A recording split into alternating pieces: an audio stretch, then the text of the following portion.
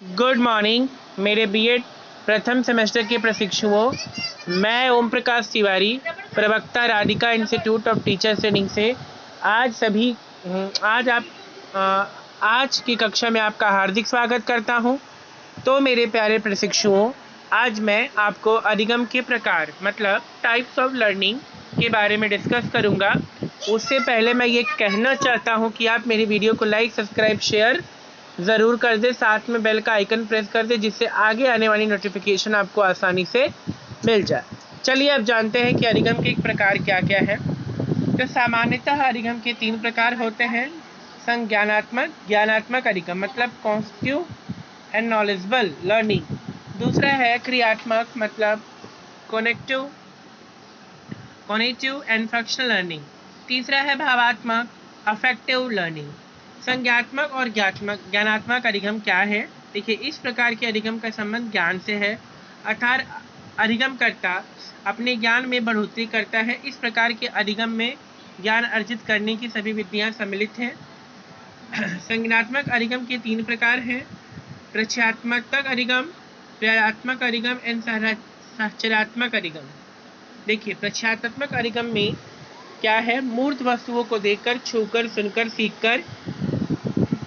प्रत्याच्छात्मक अधिगम है, यह शिशु या बाल्यावस्था में पाया जाता है। इसका संबंध आईडी से होता है। तीसरा है सहचारात्मक अधिगम, एसोसिएटिव लर्निंग। समान अधिगम परिस्थितियों में एक अधिगम प्रक्रिया के साथ दूसरे अधिगम को भी जोड़ा जा सकता है, यानी पहले से सीखे गए अनुभव या ज्ञान के आधार पर नया ज्ञान सीखना। जैसे थॉर्नडाइक के प्रयोग में भूखी बिल्ली का यदि खाना ऊपर रख दिया जाए तो बिल्ली को खड़ा रहना सिखाया जा सकता है। दूसरा है क्रियात्मक। तो क्रियात्मक में यह क्रिया से संबंधित अधिगम है। इसमें मनोदैहिक अधिगम भी कहते हैं। विभिन्न प्रकार की क्रियाओं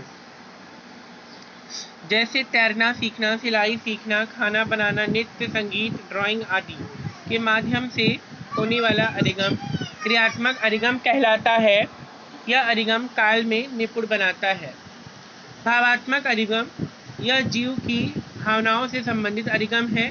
यदि किसी बालक को चित्र, रंग, संकेत, आकृति, लुभावनी वस्तु, संवेग, शब्द आदि को आधार मानकर सिखाया जाता है तो वह भावात्मक अधिगम कहलाता है।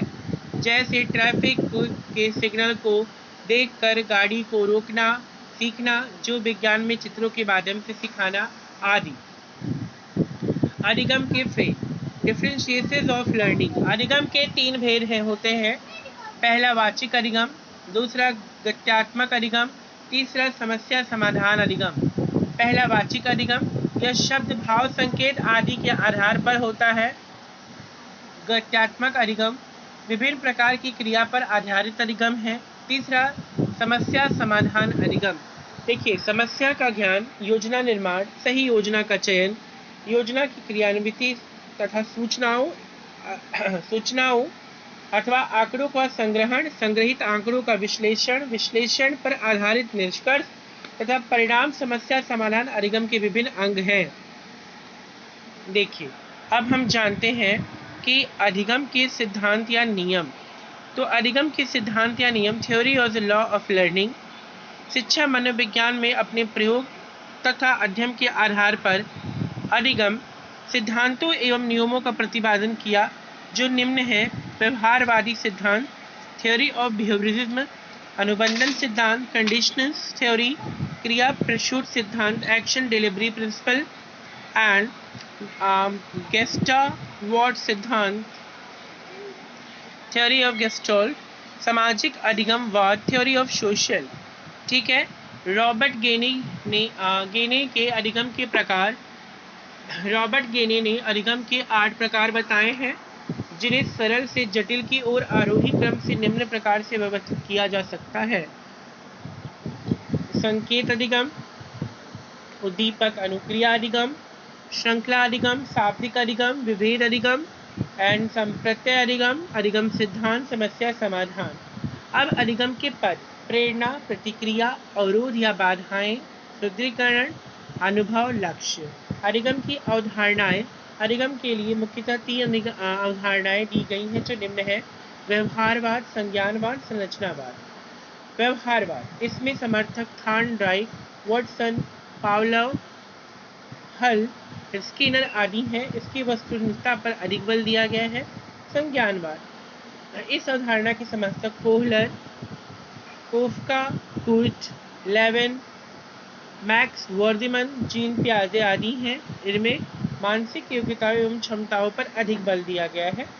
संरचनावाद, इसके समर्थन विलियम वुड, टीचरन, गार्डनर आदि इसमें मस्तिष्क की क्रियाओं पर लगातार प्रयास पे अधिक बल दिए हैं।